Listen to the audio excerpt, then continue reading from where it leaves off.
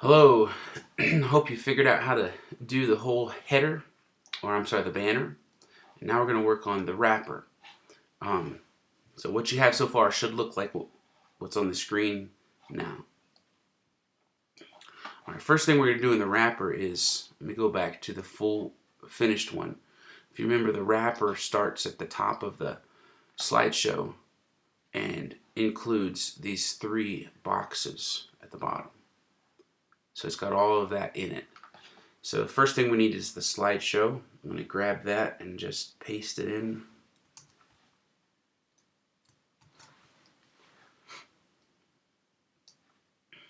And I think I need to tab these over. Good. Alright, so inside of our wrapper div in our HTML, I have a div called slideshow. And that has all the pictures in it. Now remember, our images are in our True Worship, folder, and we have our index, which we're looking at right now in editing. And inside of that, we have a folder called images, and we have 4 images: SS1, SS2, 3, and 4. Inside of the slideshow div, I have 4 divs called, well, they're not called anything, they're just divs right there. 4 of them, and each one is a image. And the first one, you can see it's talking about this image, and the next one is that image, and so on. And I have a class called slideshow image. Each one of them has a class. I think I did explain classes to you. A class is I can edit this with CSS one time, and it will affect each one of these images. In other words, I can say make the class slideshow image only 400 pixels wide, and it will make that happen for all of them. And so that's why we use the word class instead of ID in that case. Alright, so that's the slideshow. Pretty simple, straightforward. I'll go back here and we'll save our file that we just edited, and then refresh, and you can see that it drew in these pictures from our images folder. Next, we're going to need our information window or box, and this is that information box right there.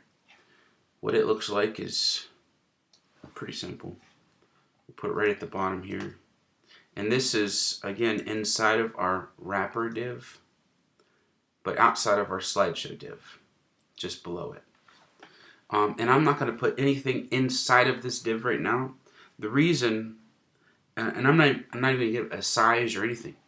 When I refresh this page, and this is the finished one, you see how it grows. That's done with CSS. And then this is done, the text is added, excuse me, and displayed with JavaScript. And so that's how we did that. There are other ways to do it, but that's how we chose to do it this time. So if I go ahead and save this and refresh, you see that nothing changed to, the output. That div is actually right at the bottom here. But since there's nothing in it, and it has no styling at all, it's basically non-existent.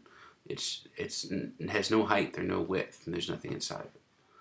Next, we're going to put these boxes, these 3 boxes in, and I call them links because that's ultimately what they are.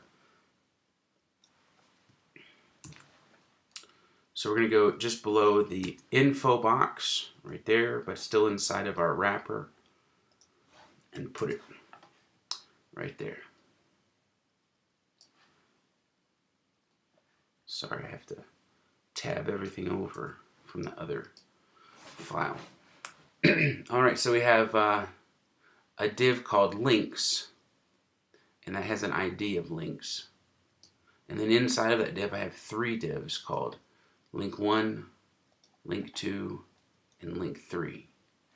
And inside each one of those, I have a header and I'm using header 2.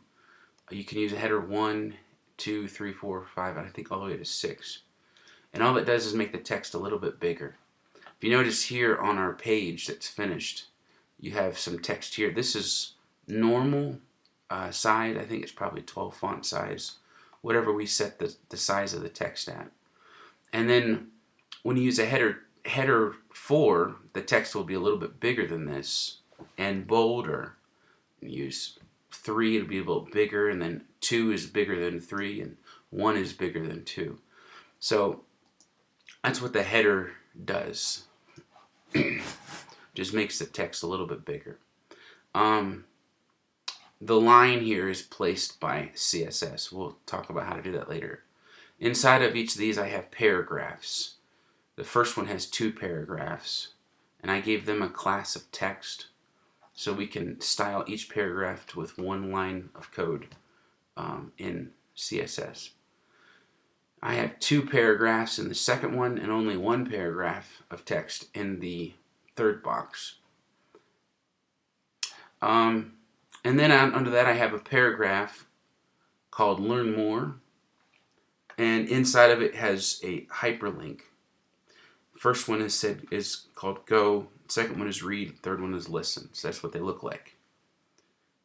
And they're clickable buttons to click on.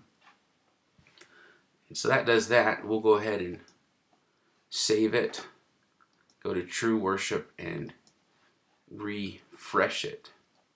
And now at the bottom you have your box 1, your box 2, and box 3. Of course, it doesn't look anything like these ones, but we'll change it all with CSS.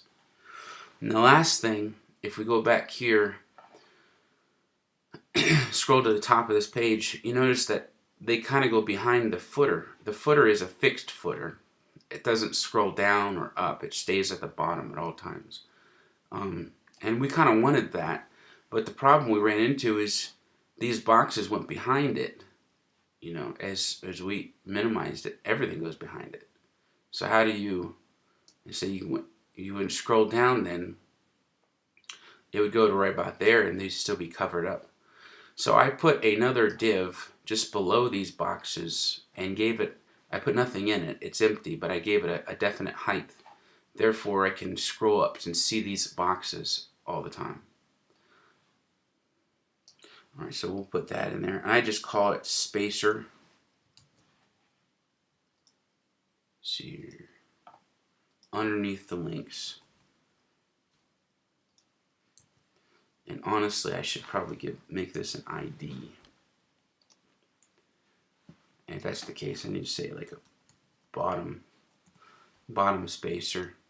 I like to name everything so it makes sense as I'm reading the code later on. So there you have that bottom spacer. Nothing inside of it. No height, no width at the moment. We will give it that later with CSS. So if we go to this page and refresh, you can see it doesn't really show up because I haven't given it a size or anything. Same as that information box right here. It has no size, and so it's just basically invisible. All right, well, that takes care of the wrapper. We have a slideshow, we have an information box, we have links, we also have a bottom spacer. And next time we'll look at the footer. All right, thank you.